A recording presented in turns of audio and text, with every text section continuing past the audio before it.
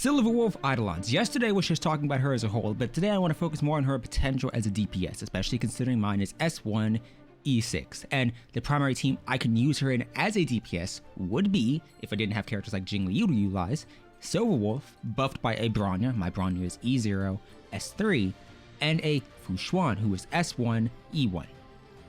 Now, those are two great units. You can also slide in a Pele if you want a little bit more debuffing, but you can also just go for someone like a Tingyun or a Yukong for more damage. It doesn't necessarily matter. In that instance, Silverwolf as a whole, I'd say her Eidolons are great overall. E1 essentially allows you to take her free-to-play light cone and make that into something that's now in her base kit.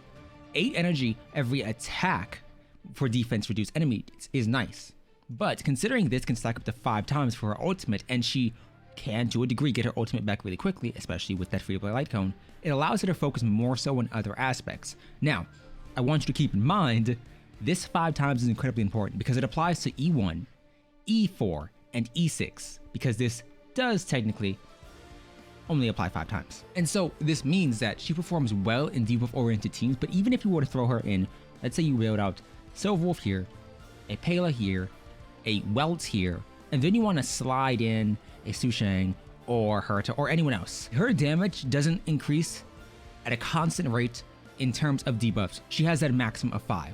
This means that as a character, Silverwolf can apply a lot of those debuffs herself.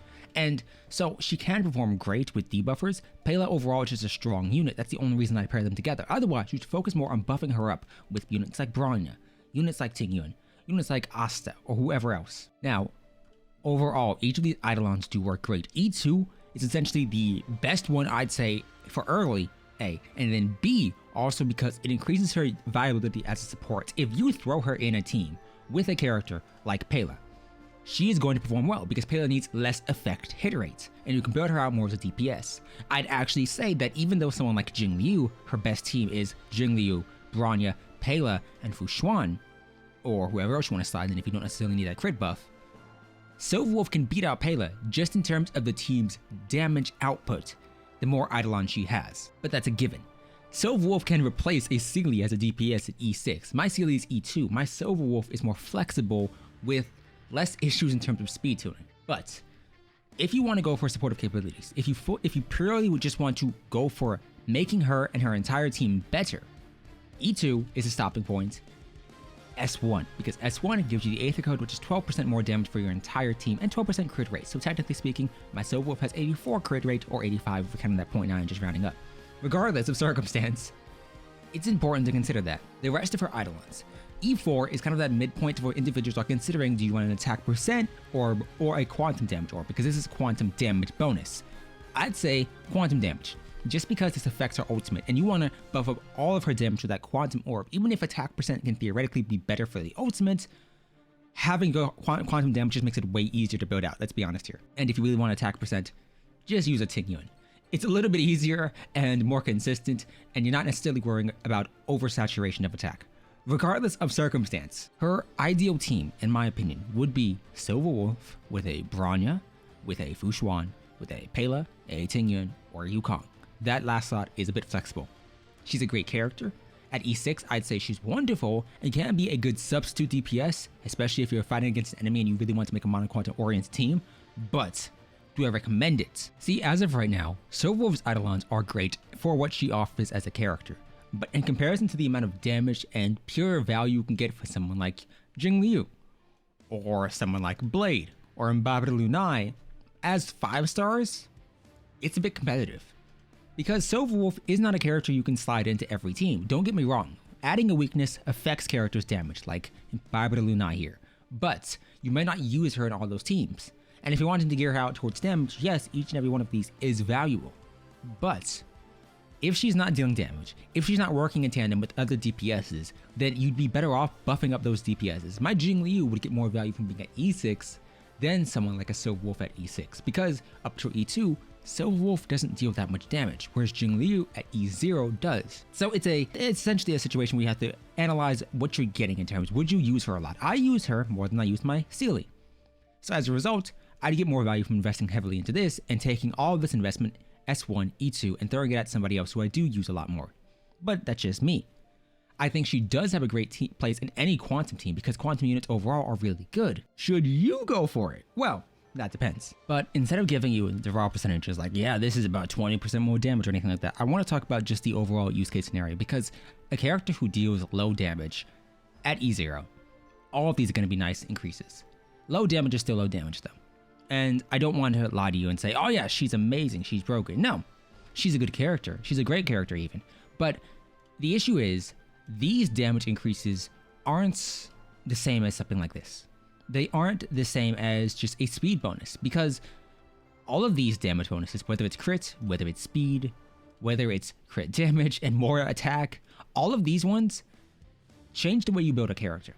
E2 is the only one that essentially does that by removing one of the effective stats you need to build out, which is great. But in tandem with that, all of these are more or less dependent on her doing her job already. E1 wants the enemy to be debuffed, and so you need a bunch of debuffs applied. And if you are ulting consistently to where the enemy doesn't have 5 debuffs on them each and every time, you're losing value from this E1. And the same thing applies to E4.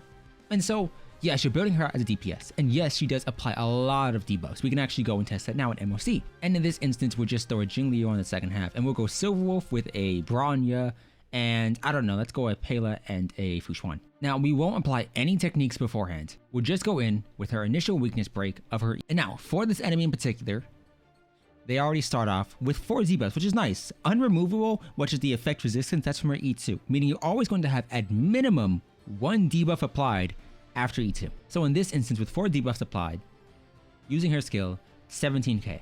If you buff up with Bronya's damage, which is going to be 40% and 49% from her skill and then her light cone here, and we use her skill another time, that is now 31k. And now if we use her ultimate with those 4 debuffs applied, and 5 now most likely, 88k. That's really nice damage. Now using Fushuan's skill gives us 12% crit rates and 30% crit damage from her E1. So our Silverwolf is better buffed as of right now. So 18k on a basic attack. We buff her up with Bronya.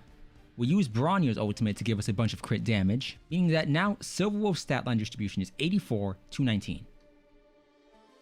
Using this, 88k from a skill, and then using her burst grants us 140k. Regardless of circumstance, that is great damage. Really, really good damage, and for a pretty solid rotation. But it's not AoE, it's single target oriented, and it is dependent a lot on the number of debuffs the enemy has. So if we're looking at this team here, yes, they all have 3 debuffs now, so her damage is reduced. If we use Payload's ultimate, we get more. But I'd say that even though she's a great single target DPS, compared to the destruction units we have now, she falls behind. And even compared to Sealy, she falls behind strictly because Sealy has the ability to hit more targets per turn than a Silverwolf does. Now, this isn't saying she's a bad character. I think she's great, but I do think it's worth considering how you intend to run her and how often you'll be able to apply all of those debuffs. In this instance, she looks great, but keep in mind the units she's using are hyper buffed. E1, S1, E6 with a good light cone, E0, S3. And so she's getting a bunch of buffs. Is it worth it for you? That's my question.